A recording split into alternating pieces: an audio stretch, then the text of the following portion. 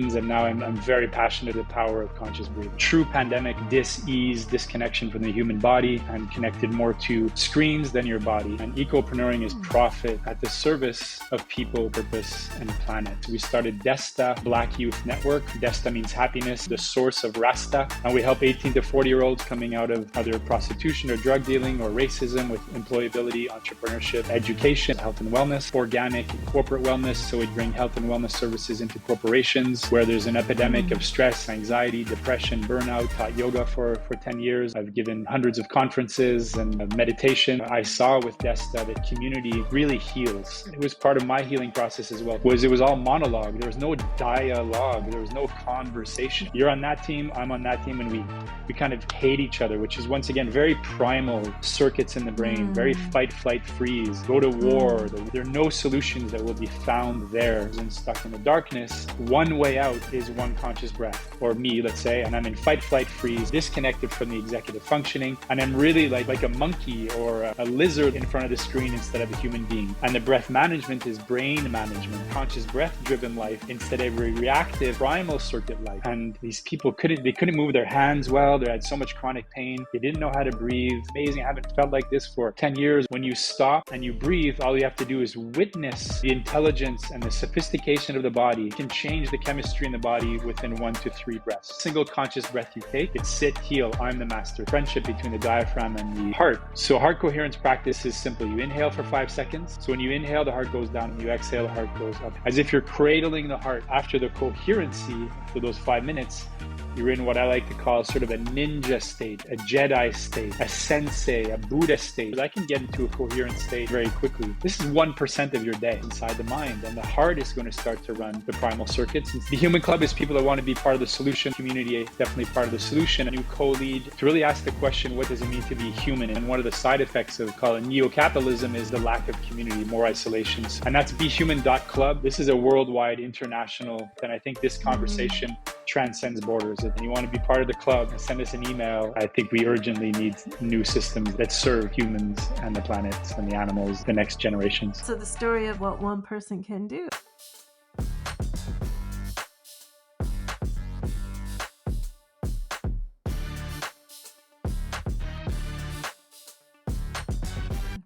Well, hello.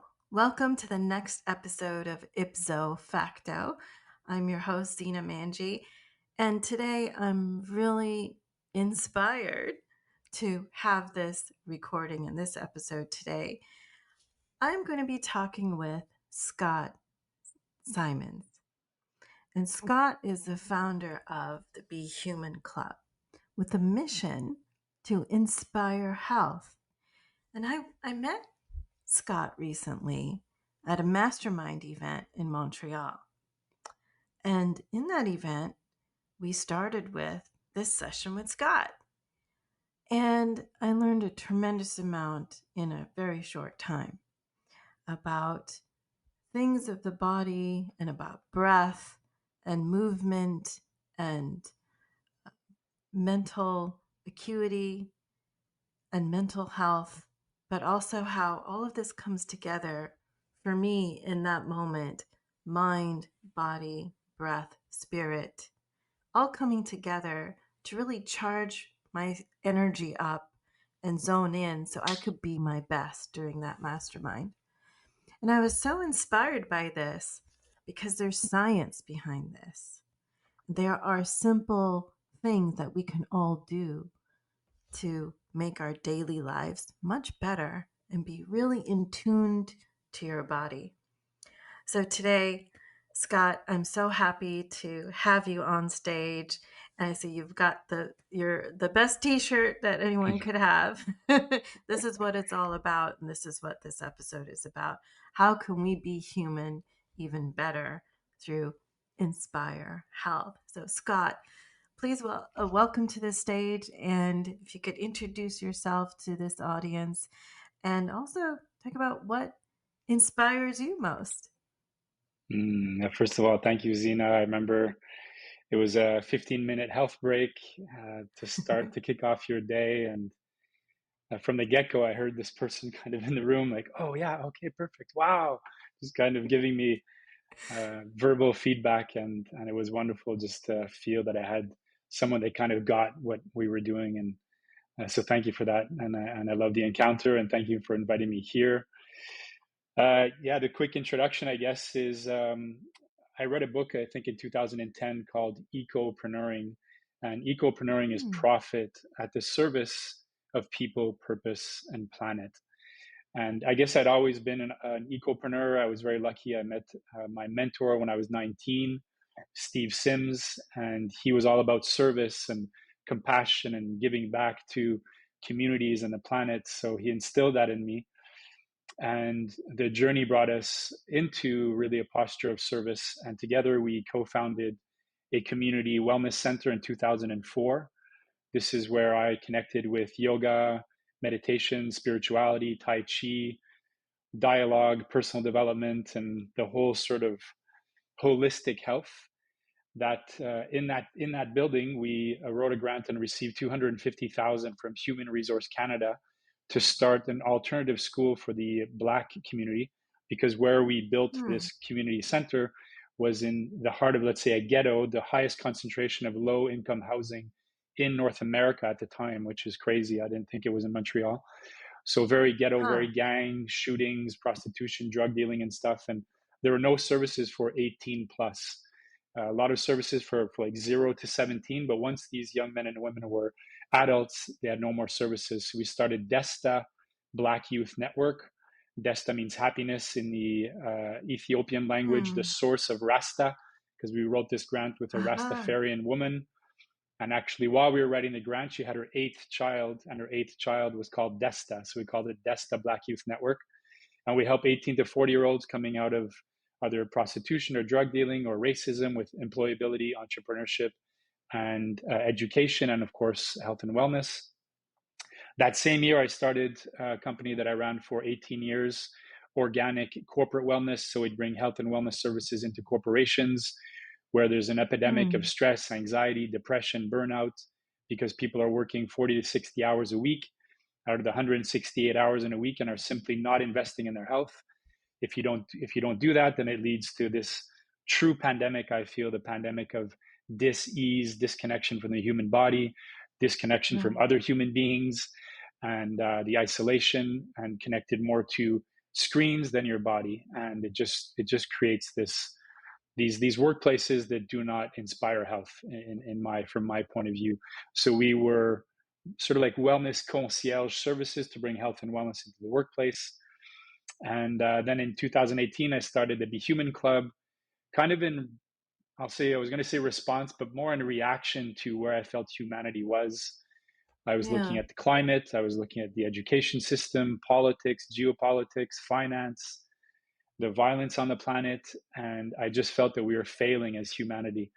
And if we were to come together and either breathe together, move together, and reclaim higher ground and Hmm. connect to the much more evolved human executive functioning instead of being stuck in the primal circuits in the brain, blue against red, vax, non vax, I'm right, you're wrong, trying to prove to Yeah. each other who's right and wrong. Can we transcend all that and respond to each other instead of react to each other to find solutions that truly contribute and serve the next 7 generations, not just the next four Yeah. years in politics? So, Be Human Club is a club of people that want to be part of the solution, that want to either practice daily and connect to their bodies so they can serve humanity more effectively. And throughout that, I taught yoga for 10 years, and I've given hundreds of conferences and meditations, and now I'm very passionate about the power of conscious breathing. Conscious breathing. Wow. I mean, so much you bring forward there, Scott, in such a different way than what I've heard before. I Mm. actually didn't know about this particular origin story and your progression from how you started. So really quite fascinating. Mm. And yeah, I guess when you really come to where can you really show benefit is when you're in a highly stressed environment where people are suffering, right? And they're suffering as a community. So when you bring this in, Wow. I mean, that's quite, I say, very, very mindful, shall I say, of the folks who awarded the grant to get this started. I mean, it seems, well, what do you think convinced them that this would be something worthwhile to invest in? Because um, not a lot of people wouldn't actually believe that this would be something that's worth. It would sound more like physical exercise type thing or whatever. But you were there was more to this, right? And so, can you talk a little bit about that process on getting the award to get started, especially Hmm. in this area? Because there was a great need. I mean, how do you bring forward a solution such that someone's going to invest in it to kind of get this started? Uh, I would imagine you would have seen um, a lot of people transform in whatever ways as they went through this. So, could you also talk about the grant award process and how that came about? What type of discussions were there before the grant was awarded? And then also the people that you work with, uh, and Desta, right? What were people's reaction uh, and experience that you observed? It's great. It's rare that people focus on Desta, so I love talking about it. So thank you for kind of double clicking on that. I was lucky enough to get help when I was age 19, 20, and that's where I met Steve, and then he transformed my life from kind of a kid that was going nowhere, failing through school, and Mm. getting into drugs and alcohol. I actually met him at a treatment center for kids that were kind of partying too hard, or a drug rehab, if we call it that. We spent 3 months in the woods. I remember going into that experience and coming out completely transformed. So when Steve and I were given this kind of rundown building to turn into a community center, I walked around. It was called Little Burgundy in Southwest Montreal. And I went Mm. to all these community centers, and I realized that, okay, there are a lot of services here. And then the last one I went to, called Tyndale St. George's, somebody said, you have to meet Francis. So in my mind, Francis was a white man for some reason. I had no idea. And Francis turns the corner, this beautiful Rastafarian woman, black woman. And it was just instantly an instant connection.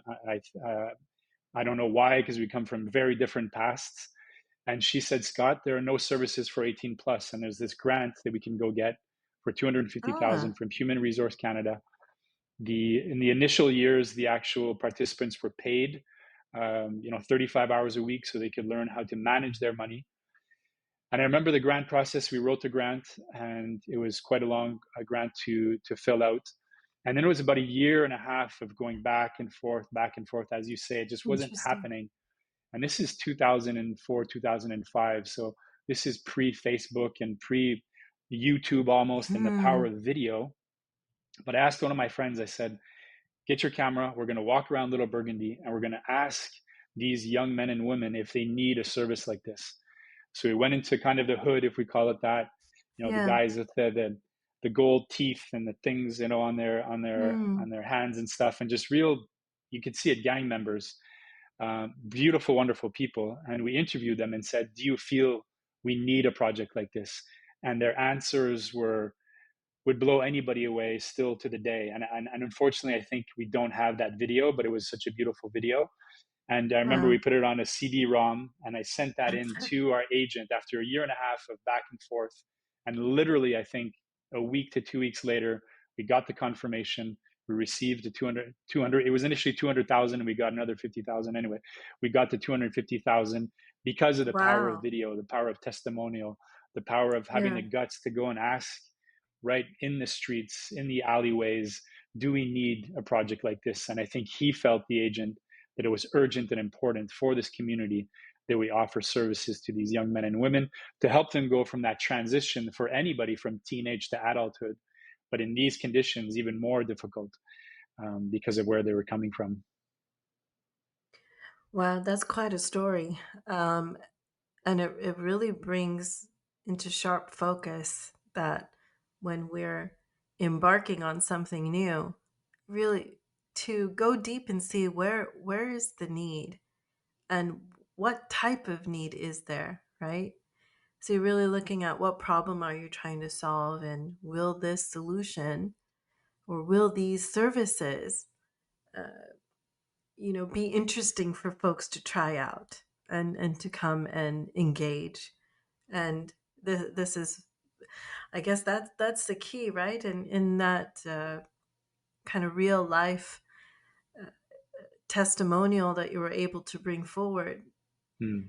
that really makes the difference. I think also when we talk about healthcare generally, like any type of healthcare solution, it's really about what is the experience of the user or the participant, right? Really comes down to that real life experience. How do they feel when they're using a treatment or a medical device or any type of counseling? Because one could say they're providing solutions, and there might be numbers that go behind that and support that. However, the experience may not be the best, right? And I think that when you're innovating something, whether it's a service or a product, this is what it comes down to. Can you provide an experience that's uplifting, that's meaningful, that people will engage with? Then you know that the full benefit can then come forward. Mm. Otherwise, the full benefit will be somewhat lacking. So that's quite a Yeah, story here, and it's interesting that government also it inspired them as well. totally, totally. The agent came to life when he saw that, and just to tap into what you're saying, kind of we were at the opposite of healthcare in a sense that the building was awful. It was Mm, not awful, but it just didn't have life.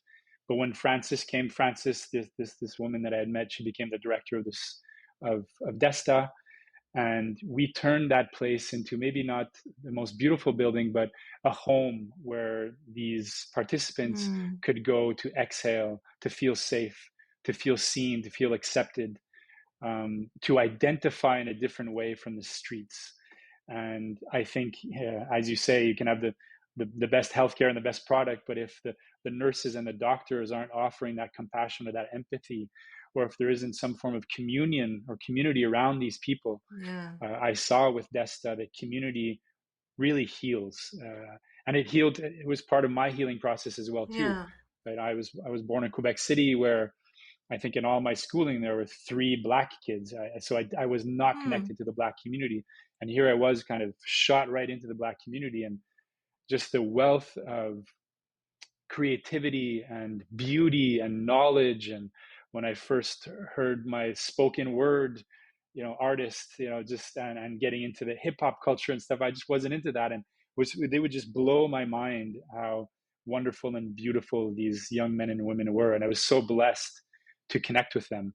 And so it was such an exchange, like who was benefiting Hmm. more from Desta. I learned a lot, Yeah. a lot, a lot from the Black community, and I still feel very connected to it. That's a really important point. That community aspect, that feeling of belonging, that someone's listening, the acceptance aspect. Those are building blocks for forming trust and mutual respect, right? And Totally.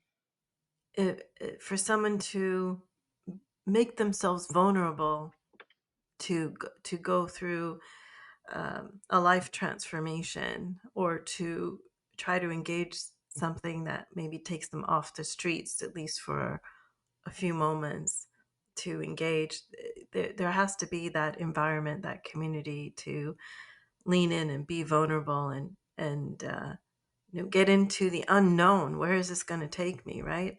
It's a Mm-hmm. bit scary, so you got to feel a bit safe to go through that. And you also were experiencing this, like you said. I mean, it's we all learn from each other, right? Yeah. Yeah. Sometimes I feel, at least in the, maybe it's a somewhat past cultural thing, where there's this colonial aspect, right? I'm going to go in And, maybe it's not even necessarily intended to be superiority, but this Mm. colonialism, mindset where I'm going to go and give to people who are in need.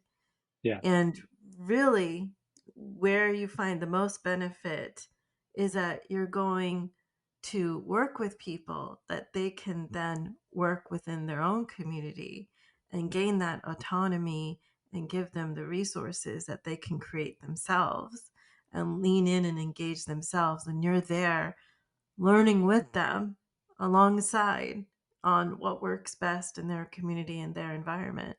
Yeah. Yeah. One of our first participants, a young man that's still a friend today, actually. So he came into Desta and then started his own moving business. And then I think a painting business. Anyway, he still has his moving Wow. business to the day. He has 5 kids. And now Oh, in his wow. business, he hires Desta participants to work for his company. So you can see the fruit sometimes. Just that story is enough, and there's so many more. But Mm, this young man that now I guess he's in his late 30s or something. He's more than a young man now, but I'm so proud of him as a father, as a business owner, and now giving back to Desta and even hiring, giving Desta participants opportunities to find employment and keep employment. So you never know the ecosystem that you're creating when you contribute to a project and you believe that you can be part of the solution. And Desta really has been part of the solution for the Black community in Montreal, which is not an easy target. It's not, like, oh yeah, let's mm, start something for the Black community. It's not like the number one that will get the most funding. Of course, after the Floyd incident, we got, I think, from yeah. 2006 until the Floyd incident, I think cumulatively we got maybe $30,000 of individual donations over 15 Mm, years. After the Floyd incident, in 3 months, I believe we received over $200,000 in 3 months. So it's crazy wow. what the Floyd incident did to bringing awareness on racism that had been around for so long, even in Yeah. Montreal. And it's Mm, unfortunate that it took that. However, it did benefit Desta in beautiful ways, and we've reinvested that money. And so, yeah, all that to say that you kind of never know what the ripple effect will be when you commit to a beautiful project that's purpose driven. yeah. That's fascinating, and I think it's interesting also that something that happens in another country, right, is and a different culture, I would say, right? Yeah. Um, maybe there's talk about Canada becoming the 51st state and and Yeah. and that kind of concept because there's so much similarity, right? There's so much similarity, but there are differences.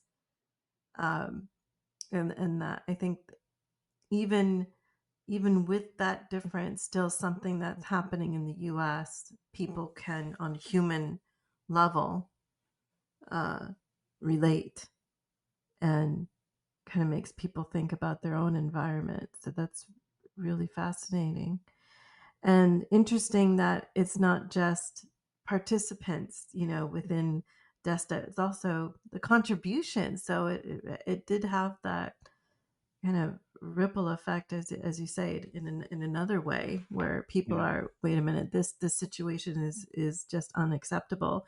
And when you started, this was several years ago, right? This was pre-COVID, you Oh know. my God. Yeah. This is The 2006. the yeah, people talk about the before times, right?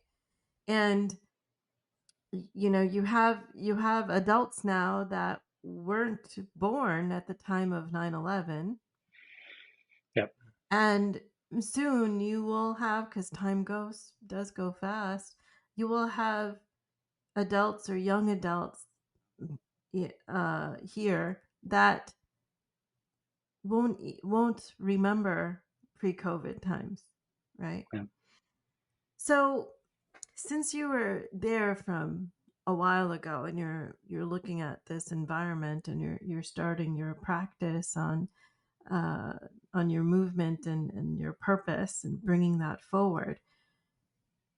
And you recognize, you said even on a global level, right? You recognize this situation of where people are going through extreme stress, and you're kind of in an extreme stress environment where, with Desta. And then you've worked with corporations and you expanded into different areas and different places of stress and different types of Yeah. stress. And then you also experience now, pre COVID, post COVID, and this loneliness epidemic that people talk about, right? So, from a be human aspect and your practice, what have you experienced that's been different? It often feels to me like what in my own personal experience, and I think some of others, is going through COVID make you realize, well, what does it mean to be human? Yeah, why am I sitting in a car for an hour and a half one way to go back and forth to a job that doesn't necessarily fulfill my life, and I'm spending a lot more time doing that and it's taking time away from my family. So what is it, I mean, I've heard many people and myself talk about, what does it mean to be human, right? And when you're going through that uh, COVID environment and isolation, you also realize how much that social connection meant. And Mm. the virtual was helpful. But as we came out of COVID, there's a better appreciation for that touch, that sitting face to face. And when it comes to health and healing, that makes such a difference. So I'd be interested to hear uh, your observations on that transformation of decades and experiences, and COVID coming in between. What have you observed in terms of uh, what people are experiencing and what they're going through, and what have you seen? That is it a different type of stress that people feel now, or what was your experience? That's a it's a huge question in a sense. There's so many different angles. For sure, from the corporate aspect, pre-COVID, post-COVID, just the downtown core has completely changed. Where will office buildings go in the next years? People Mm, working remote. How do you build a corporate culture? How do you onboard an employee? Um, Pushing to more isolation. So, of course, more mental health issues, more disconnection from the human side. I think it's led to, unfortunately and fortunately, um, this pandemic that I'm talking about, of stress and anxiety and disconnection from the human body, and more connected to phones and screens. I mean, 95%, I read the other day, 95% of people in North America don't do 30 minutes of movement or exercise a day, and mm, 50% do zero. So wow. pre-COVID, we were sitting maybe about 8 hours a day on average, which is already awful. It's like, that's alarming. Yeah. The body, evolved for millions of years, or hundreds of thousands of years to move. We have 24 mobile vertebrae to move. And then during COVID and post COVID, we're up to, I don't know, 12, 13, 14, 15 hours. And there's more Uber Eats and Mm, Netflix. And unfortunately, this opportunity to actually get out of our comfort zones that COVID could have offered us, it mm, unfortunately pushed us even more into our comfort zones. And once again, unfortunately, it's riskier in 2025 to stay in your comfort zone than to get out of it. These solutions to the yeah. problems on the planet at the moment will not be in your comfort zone, will not be in the comfort zones of the education system, the political system, the financial system, the healthcare system. We need to get out of these systems to find systems that will contribute and serve. To do that, though, it's a very uncomfortable process. However, discomfort is such a great teacher. Like I guide Mm, people through therapies. We go into the sauna for 15 minutes and then to the cold, and we're so comfortable in North America that people have to push themselves into discomfort to yeah. manage their breath and to manage their nervous system, to learn how to stay resilient in Mm, uncomfortable situations, because our lives mm, are so comfortable, but they're dangerously comfortable at the moment. It's really easy, I find, to kind of control and manipulate people when they're stuck at home all the time and just looking at screens. And you mentioned earlier the truth. It's so hard to find the truth these days. People Yeah. are since COVID, it's been very, very hard. Where is the truth?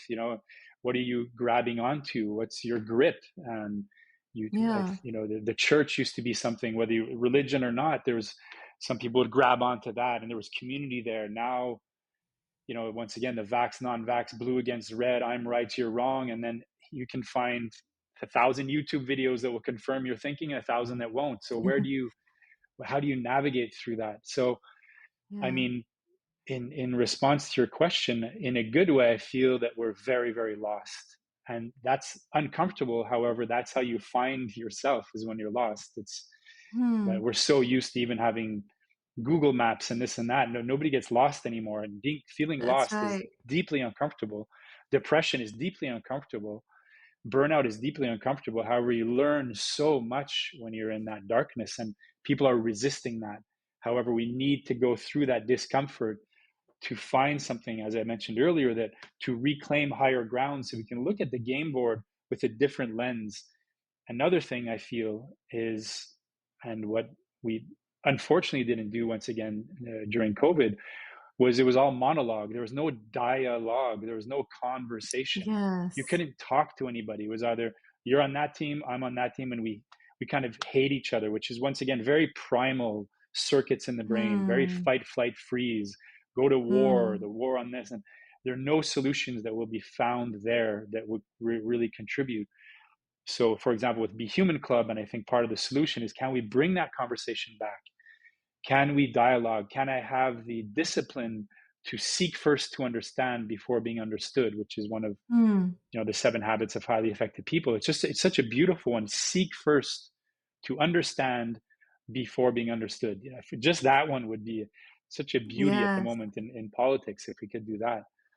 So I don't know. It's kind of a long answer to, I think, I don't know where we are. However, I do know that true conversation and dialogue with respect and listening, actively listening, is part of the solution. And that one other one is that word that was destroyed in the last years is Hmm. conspiracy. So inspire, expire, conspire. Conspiracy Hmm. simply means to breathe together. It's a beautiful word. And if we were to do this, the leaders of the planet or whoever is running the show at the moment, if they were to sit down and take, let's say, 10 conscious breaths together to tame, because breath management is brain management. So to manage their brains, to Yeah. manage the primal reactions inside of them, connect to the executive functioning so you can listen to each other, find solutions, and converse instead of I'm right, you're wrong. So the true conspiracy, I feel, is at that solution where human beings come together and breathe consciously, calm down their nervous systems, and respond to each other instead of react to each other. Yeah, I think that's incredible, right? We're coming back to the basics, I think, right? Which we've all forgotten, or, we've forgotten what we ever knew. And uh, if you go back to primitive times, people were moving because they had to. Totally. And I think there's this artificial uh, practices in life that has come on board that we all kind of think is normal, and we enjoy some aspects of that, but sometimes I think it's become so deep and ingrained that we forget what it is to be human, to pay attention to our bodies. And so you mentioned, the connection of breathing and the brain, right? And you also mentioned how many of us are not moving. We're sitting, and that's actually become worse, right? As we go more remote, we don't have to move around too much. If it's No, from the desk in your house, it's from one room to another room, and if you're a workaholic, you're really not paying attention. Where, another benefit of COVID and the experience of COVID and remote work is, for those who engage in it and take this as an opportunity, hey, I can go and take a walk during, Yep. this so-called lunchtime, right? I can engage with my kids, for an hour or so in the afternoon and come back. And there's all these opportunities of how we engage with our time that's possible. And then there's the other side where people are moving less because they don't have too far to go and they're not intentionally Yeah. making those choices. So there are choices that are in front of us. So, where we met was in that environment where we're in action. Yeah. And as you say, I was reacting a lot in the moment because it just felt so good, and it was reminding me of things that I've also learned but had forgotten. And so I really it was really resonating with me, those practices that you were taking us through. So could you talk about, um, and actually many of those practices were not, I mean, I've not experienced before, right? The you have your yoga breaths and you Mm. do a little bit of balancing and those sorts of things, sit in calmness for a bit in the lotus position, those other kind of things. But you actually went further than I've experienced before, in very particular types of movements as well. And you were talking about how even to breathe and how to move and how these are all connected and with your brain and your mindset. So could you go through some of those? What did you? How did you come to learn these things? Because you did say you went into yoga practices, but how did you come to bringing this forward in like a corporate environment? And you know something, you can't go very deep sometimes, but you have to be very choiceful about what you're going to take the audience through that experience, right? To let Hmm. them learn. So can you talk about that, and also I guess some of the basics to start with on how does breathing connect with the brain and um, your cognition and your kind of physical performance as well? So I guess, yeah, one of the questions there was, how did I get into it? Well, corporate definitely pushed me into the science. Their language is science. You can't go in there and talk about the chakras necessarily, or spirituality. Do an om, or sing a Yeah. mantra. Or so. And I guess what I saw very, very quickly in 2006, starting in 2006, was the disconnection of these human beings, these employees, from their body. Um, when I started organic corporate wellness, I had just come back from Thailand. I'd spent 6 months in Southeast Asia. I was doing Muay Thai boxing over there. I came back and I was in pretty much Mm. top shape. And I was moving just like I felt how I've always been athletic. So I remember I went to this office building on the 22nd floor and we did a health break, a 20-minute health break.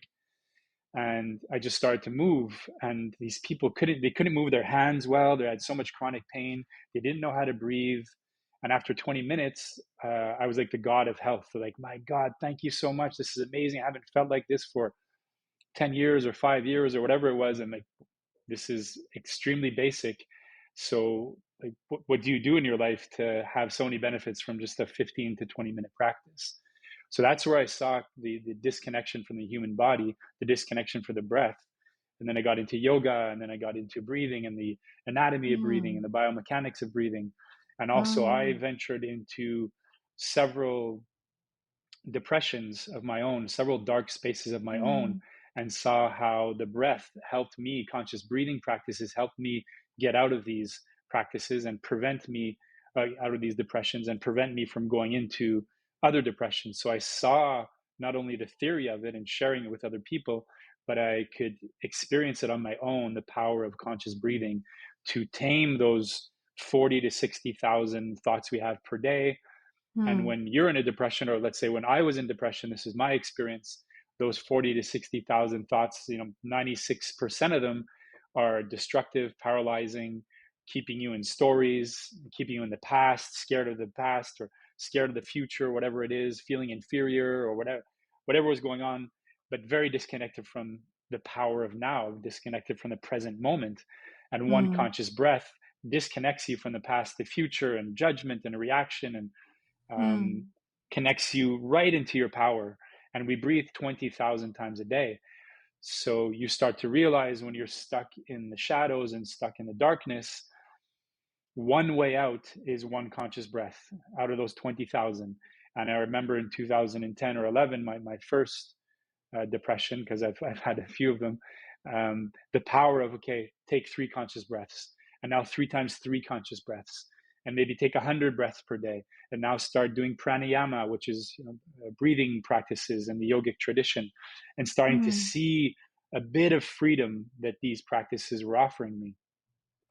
And then the more I studied it, the more I realized that there's this beautiful, beautiful friendship inside the body between your heart and your diaphragm. And I never knew about it. They didn't teach me this in school, or maybe they did. I wasn't listening. I wasn't a very good student. I'd never experienced and had the knowledge of how important that friendship is. So these Mm. 20,000 breaths, your heart rests on your diaphragm, and the 20,000 breaths pretty much guide the 100,000 heartbeats per day, which Mm. means that if your breath is incoherent, depressed, stressed, feeling guilty, feeling shame, is reactive in any way, what I was talking about earlier, that reactive brain that's running a lot of the systems and corporations on the planet at the moment, if you're in a reactive state, the heart will automatically, instantly respond to this breath and be reactive, and then send, let's say, a Mm. message to all the systems in the body, all the cells in the body, that Scott's in danger. However, Scott's in danger because he's sitting at his screen and he got an email or something, or he didn't get enough likes on Mm. Facebook, but the body is going into a reaction as if a lion is Mm. running after him, or me, let's say, and I'm in fight, flight, freeze. All the blood goes to my extremities, Mm. less blood in my vital organs, disconnected from the executive functioning, and I'm really like a monkey or a lizard, let's Mm. say, in front of the screen instead of a human being. And that's Right. supposed to last 2 minutes where we run away from this experience and find safety. However, people are doing this day in, day out for years and decades, completely disconnected from their potential, because they're completely disconnected from the breath, from that conscious breath. And the breath management is brain management. So it's either the Mm. brain or the mind that's running your breath from a primal place, or you're conscious of your breath, and the diaphragm and that heart and your diaphragm and the breath is leading the mind. And the more you practice the conscious breathing, coherent breathing, the more coherency and resonance you're bringing to the body, you start to have a heart and breath, conscious breath driven life, instead of a reactive primal circuit life. And that's where things start to line up, Mm. and you start to see the posture of your life start to be more of service, and you're starting to respond Yeah. to life instead of react to it, as I mentioned earlier. And all this starts, in my mind, from the conscious breathing practice. Wow. That's amazing. And I think so much that we don't even think about, right? We often think about, I think breathing is, it just happens. You're talking about conscious breath, right? And how that controls or can control, can modify, can mediate so many other things that are happening that we're not even paying attention to, right? And usually I think when we go into that reactive mode, we're not usually looking inwards, we're looking outwards, like what are other people doing? uh, Other people are causing stress. I'm in a stressful environment. And what's really coming forward to me here in what you're saying is that we have some level of control in how our bodies can resist reaction, but really keep that sense of calmness and not go into those, primal monkey brain, lizard brain, reactive things that actually put us in a stressful state that it doesn't help anyone, because then there's a ripple effect in the negative way, where you're reacting and you're saying something, and it just, and then other people are reacting to that, and then it just blows out of proportion, right? And also, it doesn't create a safe environment. So when you're in a corporate culture and you're in a tense meeting, that can just take things completely in a different direction. And just Totally. that one person, or that few people, like there's also the book about dysfunctional teams, and it really just takes one person in a team to uh, create a ruckus, so to speak. Sometimes ruckus is good, but in a negative way, such that people get into fighting each other and fighting for being the best, and you have to fight to be heard, as opposed to a more mindful, thoughtful way of speaking, and actually having a dialogue. We talked about dialogue earlier Yeah. as well.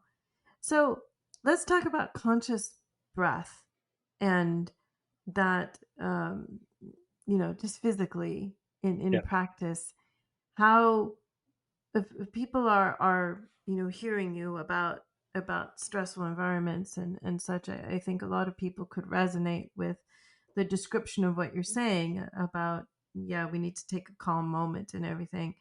But how do people actually do that, right? This is not something, I think, that you're normally taught, or that you know how to practice. And um, so how could audience members, sitting in their environments and thinking of their stressful environments and what they do for a living, and what how do you take a conscious breath? Where do you start? So the first of all, just these primal circuits in the brain. I mean, that's why we're here as humanity. For thousands of years, they were our go-to. They were our bodyguard, Mm, and we truly needed them when we were living in caves and hunter-gatherer. And then the Industrial Revolution came along, and we didn't need the that voice as much. And now this technology revolution has come. We don't need that voice as much because luckily here as well too, we're not in a war zone. We're pretty much fed. A lot of us, let's say, I'm generalizing, and we're living in a safe space. We're not living in a cave where when we go out there's threat around us. So very, very quickly, in this, in a nanosecond of history, these circuits in the brain that were extremely important for our protection are now kind of not irrelevant. However, they're not as relevant. So the first thing is the awareness that these primal circuits in the brain, the second you're going to look at your screen and you hold your breath, or the second you go into the yeah. cold and you hold your breath, or whatever it is, the second your breath is going to shift, your nervous system will shift. If Scott's Mm, holding his breath because he's looking at an email from his boss, holding his breath, right away, instantly, your nervous system will go into fight, fight, freeze. So we still need that. We want these primal circuits because if you mm, are outside and you need to go into a reactive situation, so the first thing is to befriend these. They're not the enemy. They're there. They're circuits inside of us. We can give them a hug or whatever. Thank you for serving me for thousands of years and helping humanity get here. Now you used to be the leader, you used to be the one who ran the show. Now you're going to be at the service of my life. You're not going to be the leader. mm, I'm the one leading now, and I'm leading through conscious breathing, through the executive functioning, through much more evolved. We're in 2025, and I don't need you as much. So that's the first step, is awareness that these circuits are here to serve us. It's just that they're not as relevant as they were for thousands of years. So, mm, and then it's simply to start with what I call an MVP, a minimal viable practice, a practice you can do anywhere at any time. I give as a practice for people 3 times a day, 3 conscious breaths. So what this does is that, mm, yes, you will stop. The discipline is to stop whatever you're doing. You take 3 conscious breaths. There's no technique. When you stop and you breathe, all you have to do is witness the intelligence and the sophistication of the body and the wisdom of the body that knows exactly how to breathe to bring you back, even in 3 breaths, to some form of homeostasis or equilibrium mm, or coherency. 3 breaths won't bring you into a coherency, but literally you can change the chemistry in the body within 1 to 3 breaths. not drastically, but still you can come back to the power of now. If you do that 3 times a day, not only will you get the benefits of conscious breathing, but it's kind of like um, you're taming the voice as well too. It's like sit, heal to those primal circuits in the brain, because the Mm. second you take a conscious breath, it's like sit, heal primal circuits in the brain. You're it's like a little chihuahua, let's say. So you're going to dog training classes for the brain. Every single conscious breath you take, it's sit, heal, I'm the master. Sit, heal, I'm the master. So the more you practice that, the more you realize that this voice that was once maybe your enemy or whatever, it's starting to become your friend, or it's starting to become at the service of your health instead of destroying your health. And then the more Mm. you practice, the more you'll become aware of, oh, one sec, stress is coming up. I'm holding my breath. It's really self-knowledge is the cure to all Mm. dis-ease, let's say. So you're starting to get to know these reactions more. And instead of staying in that reaction, you're taking one conscious breath and you're getting to that response place. And when you respond, you're responsible now for what you're going to say, what you're going to do. Instead of a reactive Mm. action, it's much more of a pro action. And the more you practice, you go from kind of an amateur of your health to a professional of your health. And I feel everybody needs to become a pro on their health. Nobody can just say, oh, yeah, I breathe on Sundays. We need professionals at the moment. It's urgent and important that everybody that can, let's say adults or even teenagers, start to take responsibility for their health, because your health, your stress, your anxiety, your mental health is your responsibility. And if everybody takes responsibility for their health individually, we will rise collectively. However, it starts with that individual practice. And so it really starts with awareness, I guess, right? Just sitting in Such a key step. awareness. Yeah. Yeah. And just focus on your breathing. And so I guess to begin with, you there's no technique as such. The first step is just to be aware, catch yourself, and take a moment, right? And just observe your breathing. Um, and I guess that in and of itself is kind of a calming aspect. Can But I jump in there just quick? yeah, absolutely. So if you can, if you're not driving or anything like that, because we're not blinking as much in North America in the past years because we're looking at screens so much. Ah. So the eyes are pretty much the brain that was pushed through two holes. So the eyes and the brain are like best friends as well, kind of like the heart and the diaphragm. Mm. So seeing as we're not blinking as much, the six muscles around each eye that keep the eyes open are really, really tired. So if your eyes are Mm. tired, your brain is tired and your nervous system is tired. So if you Mm. can have the luxury of closing your eyes, which will already calm the nervous system a bit. And then once again, as I said, take 3 breaths or 10 breaths or whatever it is without controlling it. It's simply a witnessing. You're starting to learn, how Okay. does my body want to breathe at the moment? Oh, it's the inhale longer than the exhale. When the inhale is longer than the exhale, that means the body wants more energy. Wants the inhale is the sympathetic nervous system. Oh, the Mm. exhale is longer than the inhale, the parasympathetic nervous system. That means my body wants to relax, because the exhale is relaxation. If they're breathing, inhaling 5 seconds, 5 seconds, oh, that means my body's in a coherent state. It just wants to balance. You can learn so much from witnessing how the body is breathing. And they're realizing with AI that every single emotion has its breathing pattern. So you can actually Huh. create an emotion through, when you kind of understand, oh, what's the gratitude breath? What's the enthusiasm breath? What's the joy breath? And you can start to change the chemistry in the body through your breathing. So you can tap into your inner pharmacist if you want, which is very connected to you Yes. actually, through the breath. Interesting. And so if someone wants to go to the next level, right? What resources are there, do or is it really all internal? There's a lot that you can do on your own, but if someone wants to kind of go a little deeper in understanding, um, how okay, I've observed my breath now. Where can people go to learn about what you just said, right? Yeah. I've not heard exactly what you've said before, and I don't think it's common knowledge on the connection with the diaphragm and the heart and the brain and the eyes. I think I have heard before that we blink less, but I've forgotten about that. And, it just brings into sharp focus again, how much our lives have changed. And as our culture is changing, as how we live is changing so dramatically over a short period of time, right?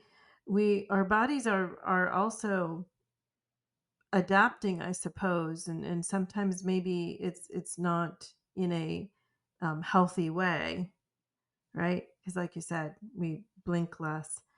Mm, Um, and yeah, people do when your mind is tired, when your eyes are tired, you do feel you might not be physically exhausted, but you have lost energy, right? And totally. that's probably a huge reason why people are moving less. They just don't feel that energy. So where can people go to kind of learn what you've been talking about if people want to go a little Mm. bit deeper and kind of start to get into some level of practice?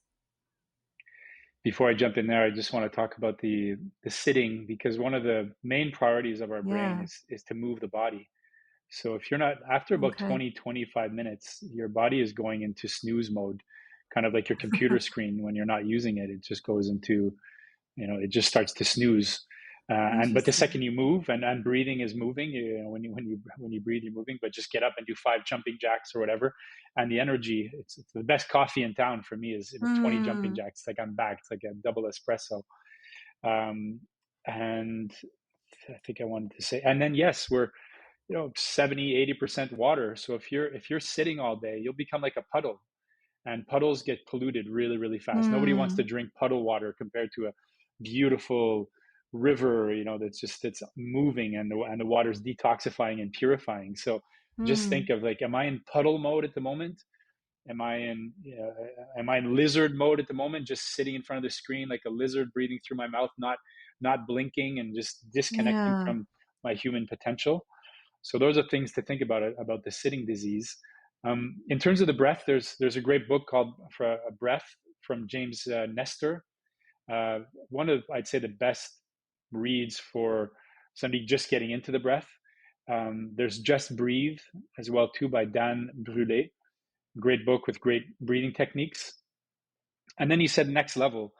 The minimal viable practice for me is 3 times a day, 3 conscious breaths. Yeah. And then the one that I love the most, it's probably one of the breathing techniques that's backed by science, is the coherent breathing or resonance breathing, which is this very, very simple practice. It's 3 to 5 minutes, if possible, once, twice, 3 times a day. 3 times a day is the optimal, because the benefits of 3 to 5 minutes last for 4 to 6 hours.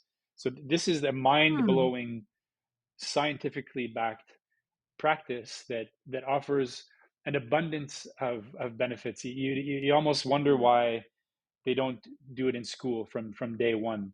So once Hmm. again, if you come back to this friendship between the diaphragm and the heart, so heart coherence practice is simple. You inhale for 5 seconds. So when you inhale, the heart goes down a bit. When you exhale, the heart goes up a bit. So you're inhaling now for 5 seconds, exhaling for 5 seconds, as if you're cradling the heart for 5 minutes. And Hmm. they've realized that as of about 3 minutes, the heart and the diaphragm and all the systems in the body get into a very coherent state, which is an optimal state that we rarely, rarely connect to, because we're either stressed or relaxed somewhere outside. Hmm. After the coherency, after those 5 minutes, you're in what I like to call sort of a ninja state, a Jedi state, a sensei, a Buddha state, because the more you practice, you're inhaling for 5 seconds, which reinforces the sympathetic nervous system. You're exhaling for 5 seconds, which reinforces the parasympathetic nervous system. After those 5 minutes, you've reinforced both. So if you need to respond to a stressful situation, you're going to respond like a Jedi and not like a reactive lizard. You're going to respond like a Buddha or a sensei. And if you need to relax, you're going to recharge much more effectively, because you've tapped into the parasympathetic nervous system. If you practice 2-3 times a day for 2-3 weeks, you can get back into that coherent state within 3 to 5, maybe 10 breaths. I practiced it now. I've been practicing for years. I can get into a coherent state very, very quickly. And what's Hmm. beautiful is the second that all this coherency starts to settle in, this is where naturally oxytocin will start to be secreted. Aha. So this is the love and joy hormone. So now you're starting, okay, wow, more love just for life and myself. Serotonin, the natural antidepressant, starts to secrete dopamine. So now, wow, I've got more motivation. Hmm. DHEA, which is in French, it's l'hormone de jouvence. It's like the young hormone. I don't know what it is in English. You won't Hmm. necessarily be not a you won't age, you won't be younger next year necessarily, but you won't age as fast. So this is just with 5 minutes of heart coherence, 15 minutes, which is out of the 1,440 minutes in a day. This is 1% of your day, and 95% of people in North America aren't even investing that into their health. So we're talking about 1% Hmm. investment for all these benefits, and of course your blood pressure will go down, and but also you're taming that voice inside the mind, and the heart is going to start to run the primal circuits instead of the primal circuits running your your uh, your body and your life. So you have a much more coherent life than an incoherent life. So I'd say the next step to Aha. that would be to start practicing that. Start maybe in the morning if possible, 5 minutes. Start with 3 minutes if you find that too much. But you're Hmm. going to see, you're going to start to feel this coherent state. You can do it with kids, you can do it with animals, anybody that has a heart, pretty much any age, that if they can breathe, of course. And they're going to start to feel, wow, this is what coherency feels like. And you're going to start to feel what incoherency feels like. And more, you're going to not get addicted to the coherent state. You don't always want to be in coherent state. There's chaos that comes at us. You still want to be reacting and responding to life. But the Hmm. more you feed it inside, the more space that will take, and the more coherent your life will start to unfold. And so, is there how a technique about how you're breathing, like inhaling through the nose, exhaling through the mouth, or inhaling through the nose and exhaling through the nose? I mean, are there certain techniques here that make a difference? Yeah, I think there are 8 billion people on the planet, so there are probably 8 billion breathing techniques. If you read the book by James Nestor, Breath, you will definitely be focused on nose breathing instead of mouth breathing. Mouth breathing can be seen as very primal. It can change the configuration of your face.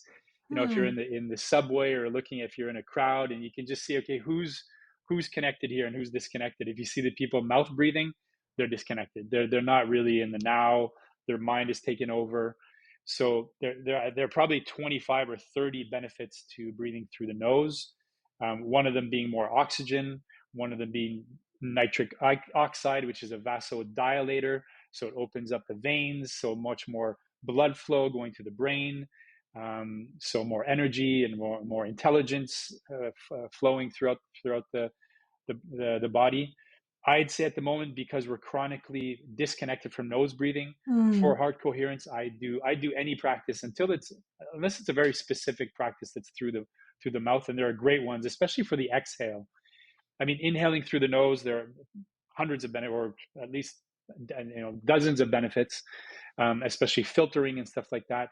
Exhaling Hmm. through the nose, if you have to, if you, through the mouth, if you need to do one of the two, make sure you're not inhaling through the mouth, because that's not as much filtration, and it's also Hmm. much bigger here with the nose. There's more CO2 as well too that goes into the body, and Hmm. CO2 is what releases the oxygen into the blood and into the muscles.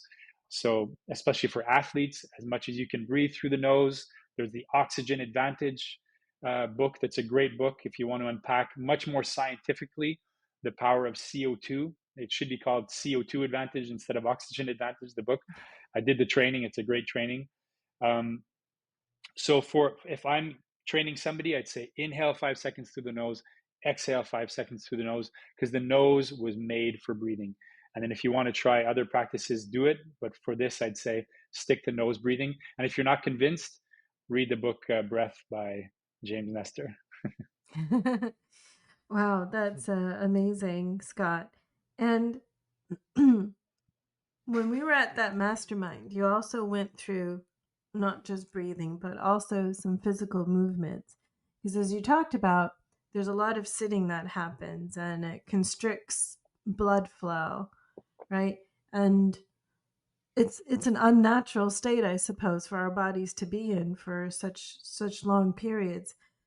So there were some exercises that we actually went through that I think are atypical of what you normally go through in kind of corporate, you know, um, arenas.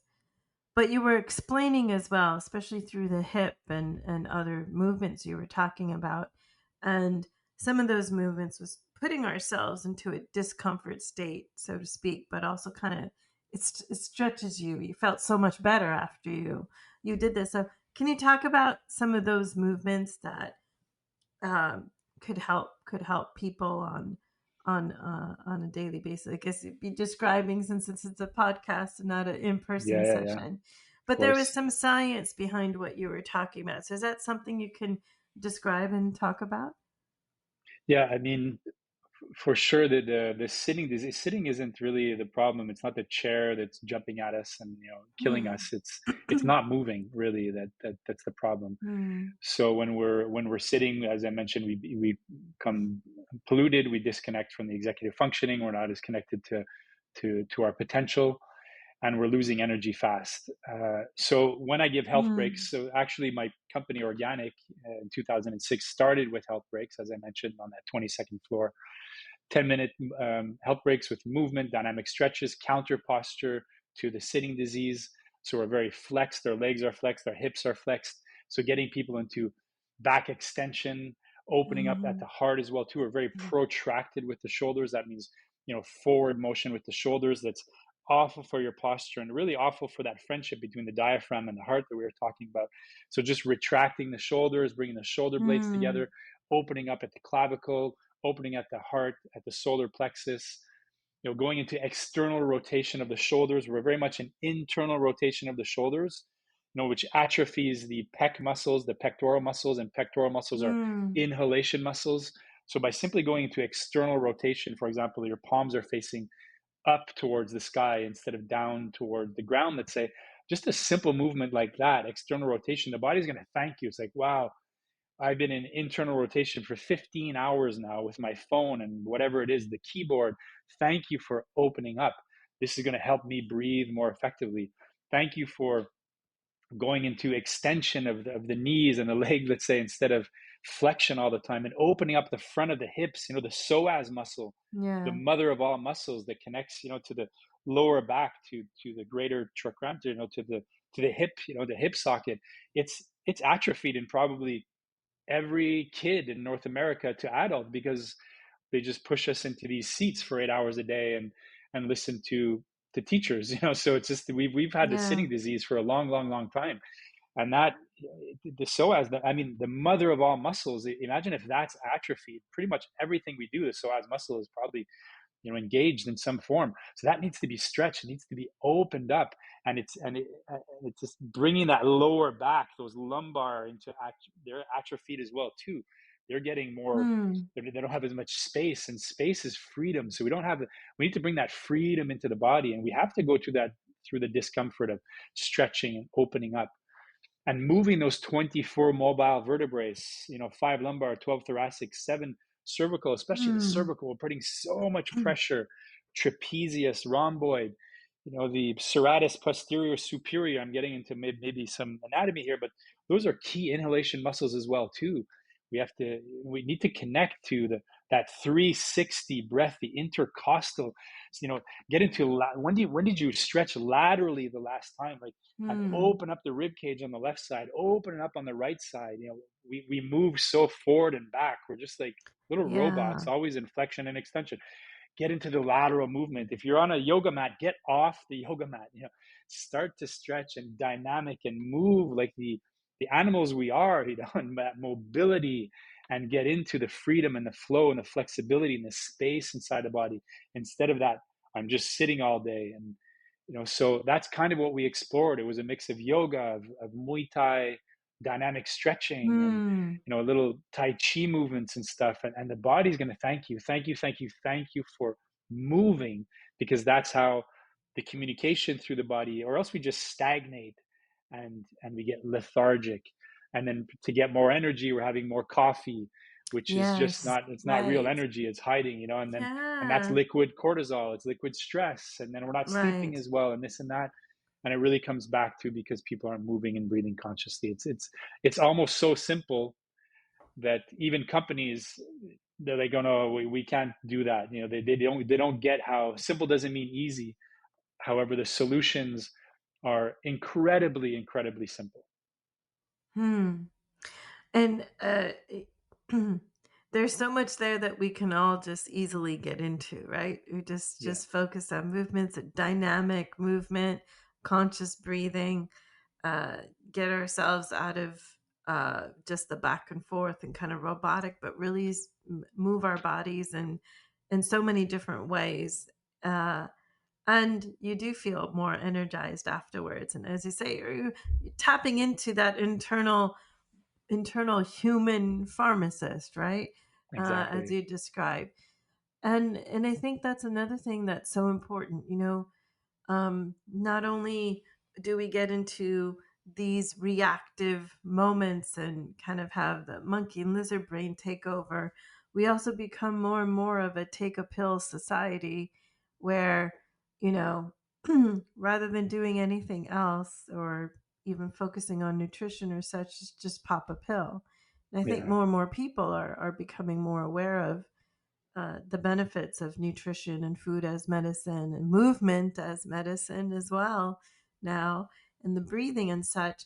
There's so much we can do to avoid uh, traditional pharmacological or other sorts of treatment that actually may not be necessary if we just moved a little more and we're a little more conscious of that, and how that can prevent uh, you know, difficult situations later on in life, like trouble walking or, mobility issues or hip issues or those mm, things. Because as you were saying, the atrophy occurs, right? And so there's so much wealth of knowledge here, but also it really just we have all the resources within ourselves, is what I'm hearing you say. totally, totally. And the Western medicine, in full transparency, has helped me. I've been on antidepressants before when I was super low. However, I'd done all the practices. Like, if there's somebody that's like deeply disciplined, I was going to the gym, I was doing this, I was doing that, and the mind was still paralyzing. So I kind of surrendered to, and it was difficult for me many times.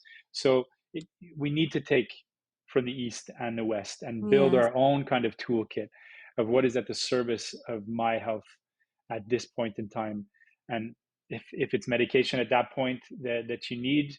However, health is still the most powerful, medicine out there. I feel. What are you feeding when you're eating? Are you feeding your potential, or you're feeding an addiction? What are you Right. feeding when you skip the gym? Are you feeding that chihuahua, that dog that I was talking about that's barking? Are you feeding the primal circuits in the brain? So I love that question of, what is this feeding, this next action? If I skip the gym Mm. today, is it feeding my mental health or my mental freedom? My mental disease or my Mm. mental freedom? So it's so personal to every single person. However, as I mentioned earlier, taking responsibility on your health, whether it's 1 minute per day or 1% per day or 2%, which is 30 minutes, that's urgent and important. And people fill those up with whatever it is. It's high intensity training, it's meditation, but something that feeds your health, your posture, your mission, your purpose. And hopefully that will feed, as I mentioned earlier as well, too, those 7 generations. We need to start to think of, because it's the first time in humanity that the next generation might have a life expectancy less than their parents. That's the legacy Yes. that we're leaving now for the first time in humanity. Yeah. So that can switch, though. It can switch rapidly if we collectively, through the individual practices and collective practices, because the collective practices are extremely important. However, it starts with that individual rising up, reclaiming their power, and choosing today, I'm going to do some form of practice that will contribute to the greater good. And whether that, whatever that is for you, and you'll know if it's healthy or unhealthy, If not, you can go to Google. There are a billion pages. We don't need more information. We need more action at the moment, real pro Yeah. action. And whatever it is, but just please do it. Like, stand up and do it. We need everybody to contribute to get out of, I feel, kind of what we're going through at the moment. Yeah, amazing, Scott. I mean, you shared so much here, and at all different levels. I think it really encouraged the audience to look at things in a very different way, and simple things that we can do ourselves. It just all starts with self-awareness and awareness of what's happening inside. The question of what is this feeding? I love that. In the moment, we can be conscious of what are we doing and what are we not doing, and that conscious breath. I love that, and you explained so well how everything is connected with the diaphragm and the heart and the mind, uh, and how we feel physically, how that ends up on how we react, how we behave, and actually we can control that in very simple ways, and it all starts with that conscious breathing. You could describe more about the Be Human Club. Uh, if you could take some time Yeah. to describe that more, and then how people can get in touch with you. So Be Human Club, I started in 2018. It's been gently growing. I started with a hoodie that I just put Be Human on, and then I put Be Love, Be Joy, Be You. I think I had Be Yoga at one point. There have been so many different iterations of the t-shirts and the hoodies. Now I have a new co-lead on my team, so we're co-leading to really ask the question, what does it mean to be human in 2025? And there'll be small groups, and then we'll have a co-creation, a conversation that will, from the collective, that will hopefully transcend the individual and find something very, very purpose-driven and action-driven that everybody will commit to in that conversation that will show up. The Human Club is people that want to be part of the solution, that want to contribute, that want to practice daily, that want to be supported, challenged, coached, be part of a communion as well too, that they're what's the word, committed to as well too, and that we'll check in on them. And that's, so community, as we Hmm. mentioned, is definitely part of the solution. And one of the side effects of this, let's say we call it neo-capitalism, is the lack of community, more isolation. So that Yeah. communion, whether it's virtual or in person, is part of Be Human Club, and that's behuman.club.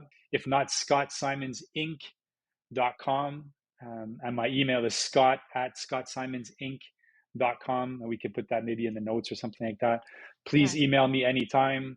I love questions. I love connecting with people. I love conversing with people about either their challenges or their inspirations. And this is a worldwide, international.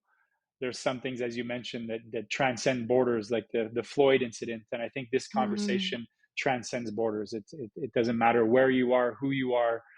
If you want to contribute, you want to take action, and you want to be part of the club, send us an email, and we'll gladly welcome you, open arms, and practice daily, and create a conversation that will inspire us to be the best versions of ourselves.